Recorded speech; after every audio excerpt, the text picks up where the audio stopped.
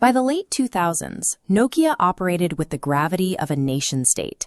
They were the undisputed architects of global mobile communication, holding roughly 30% of the worldwide market and serving as the primary economic engine for Finland.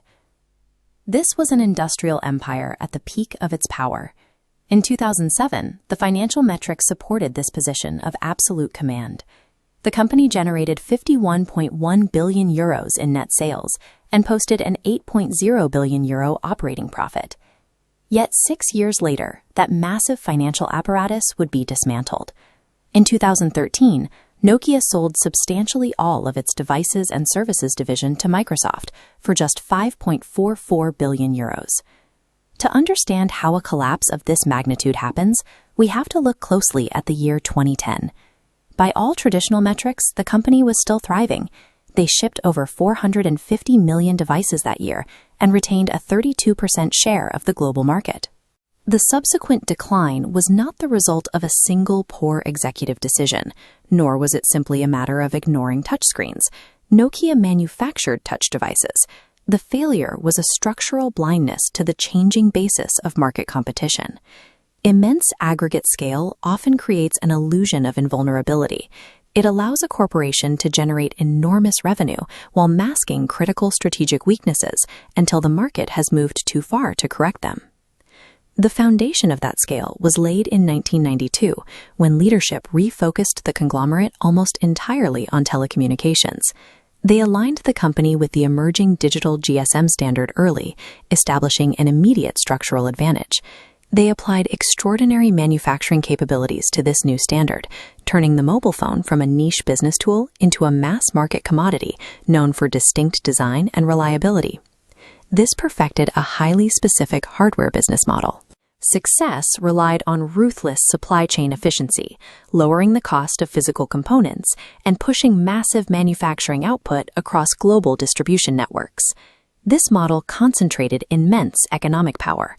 By 2000, Nokia controlled roughly 30% of the global mobile share and accounted for 4%. While Nokia shipped 112.7 million devices in Europe, their North American output was a fraction of that, at only 11.1 million units. Lagging here was a fatal vulnerability. North America had become the epicenter of the emerging smartphone revolution. The battle was no longer about who could manufacture the best physical handset. It was about ecosystem gravity, the magnetic pull of a centralized software platform that locks in third-party developers, exclusive apps, and long-term user loyalty. Competitors like Apple and Google pioneered these integrated ecosystem-driven models. They centralized the user experience around software, contrasting sharply with Nokia's highly fragmented hardware lineup. Without the gravity of a robust developer ecosystem, a mobile phone is downgraded from an essential digital hub to a highly commoditized piece of hardware. In early 2011, Chief Executive Stephen Elop circulated an internal memo diagnosing this exact problem. He explicitly stated that the company was no longer in a device battle, but rather fighting a war of ecosystems. Recognizing the Apple-Android duopoly, leadership made a strategic bet in February 2011 to partner with Microsoft, attempting to build a third major ecosystem from the ground up. The decision required adopting Windows Phone as the primary smartphone platform, while simultaneously pushing their legacy in-house operating system, Symbian, into a period of managed decline. Late 2011 saw the physical manifestation of this strategic direction with the launch of the Lumia product line, designed entirely around the Microsoft software environment. Executing a platform pivot of this magnitude carries extreme structural risk. The corporation must survive on the dwindling revenue of its legacy products while waiting for the new ecosystem to attract developers and gain traction. The moment the Microsoft partnership was announced, consumer interest in Symbian plummeted. This is demand destruction, the immediate evaporation of a legacy market before the replacement is ready. Internal projections miscalculated the speed of this drop. Leadership anticipated they could still sell around 150 million Symbian devices to fund the gap during the Windows Phone transition. This graph illustrates the smart device collapse. After a 25% drop in 2011, the bottom fell out entirely in 2012, with a 55% implosion. Simultaneously, Lumia sold 13.4 million units, but this was mathematically incapable of offsetting the legacy platform's rapid disintegration.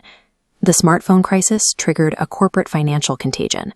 Group net sales dropped 22% in 2012, and the company posted a $2.3 billion operating loss.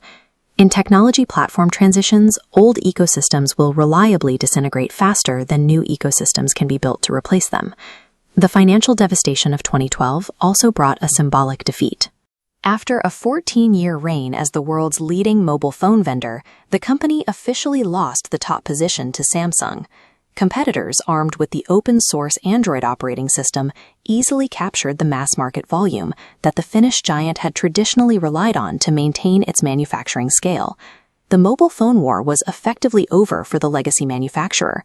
They were permanently trapped between Apple's dominance of the premium narrative and Android's absolute control over mass-market scale. By September 2013, leadership agreed to a final resolution. They sold substantially all of the Devices and Services division to Microsoft for €5.44 billion. While widely reported as a failure, the Microsoft sale functioned as an act of corporate triage, an amputation required to stop the financial bleeding of the broader organization. The narrative that the Microsoft acquisition marked the end of the story ignores the reality of the balance sheet. The corporate entity survived. During the same period in 2013, leadership executed a simultaneous restructuring, buying out Siemens' stake in their joint network equipment venture. They abandoned consumer electronics entirely and pivoted the corporate identity toward back-end telecommunications infrastructure, mapping technology, and intellectual property. Competitors did not destroy the hardware giant through superior manufacturing. The loss was caused by the quiet, permanent migration of market value from physical scale to software ecosystems. When the fundamental unit of value in an industry shifts, legacy scale becomes entirely irrelevant. Corporate survival is dictated solely by transition speed.